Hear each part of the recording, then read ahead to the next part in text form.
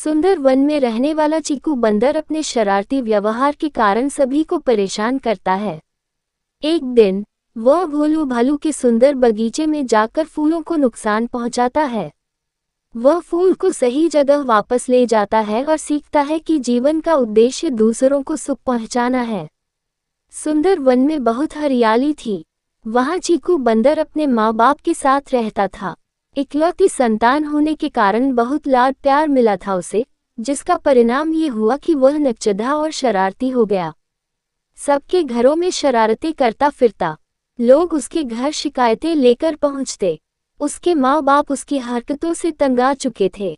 दूसरे जानवरों की शिकायतें सुनकर वे उसे समझाते बुझाते, लेकिन चीकू बंदर पर कोई प्रभाव नहीं पड़ता था।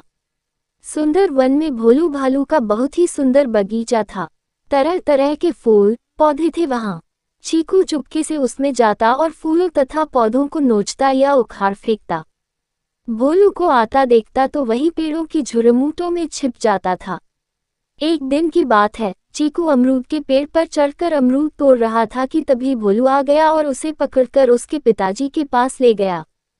पिताजी ने उसकी जमकर पिटाई की, लेकिन फिर भी कोई प्रभाव नहीं पड़ा उस पर। कुछ ही दिनों बाद एक दिन फिर चीकू भोलू से आंख बचाकर बाग में चला गया। एक गुलाब का फूल तोड़कर भागने लगा। जल्दी में उसने वह फूल पैंट की जेब में डालकर दीवार फांदने की कोशिश करने लगा। तभी उस बगीचे से किसी के रोने की आवाज उसे सुनाई दी। वह क्षण भर के लिए ठिठका, लेकिन फिर भोलू के डर से दीवार फांद गया। पर अब तो उसे किसी बच्चे के रोने की आवाज सुनाई पड़ने लगी। गुलाब के फूल से चीकू की मुलाकात। वह बच्चा रोते हुए कह रहा था, मुझे मेरी मम्मी के पास पहुंचा दो, मैं उससे अलग नहीं रह सकता। अब चीकू को समझ में आ गया था कि रोने की आवाज गुलाब के फूल की थी, जिसे वह बाग से तोड़ लाया था। चीकू ने पूछा, तुम क्यों रो रहे हो? तुम्हारा तो काम ही है लोगों के घरों की शोभा बढ़ाना आदि। तुम्हें मैं नहीं तोड़ता तो कोई और तोड़ ले जाता और अपने गुलदस्ते में लगाता। फूल की बातों से चीकू को मिली समझ। तब गुलाब के फूल ने कहा, ये सच है कि हमें तोड़ लिया जाता है, लेकिन अभी तो मैं बच्चा हूँ। जब तक मैं छोटा हूँ मुझे कोई नहीं तोड़ता, क्योंकि इस समय मुझे अपनी माँ का प्यार, उसकी ममता चाहिए। यदि इस उम्र में तुम्हें तुम्हारे माँ बाप से अलग कर दिया जाए तो क्या तुम अकेले रह पाओगे? चीकू का संकल्प और जीवन की सीख। चीकू को गुलाब के फूल की बात समझ में आ गई। उसे अपनी भूल का एहसास हुआ। उसने कहा, मुझे माफ करो भाई, मुझे नहीं मालूम था कि तुम लोगों में भी जान होती है, तुम भी हमारी तरह कोमल होते हो।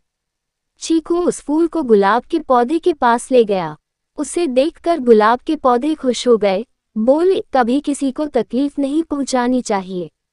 हमारे जीवन का उद्देश्य है दूसरे को सुख पहुंचाना। हम अपनी सुगंध से पूरे संसार को सुगंधित करते हैं। तुम्हें भी अपने कार्य से दूसरों को सुख पहुंचाना चाहिए।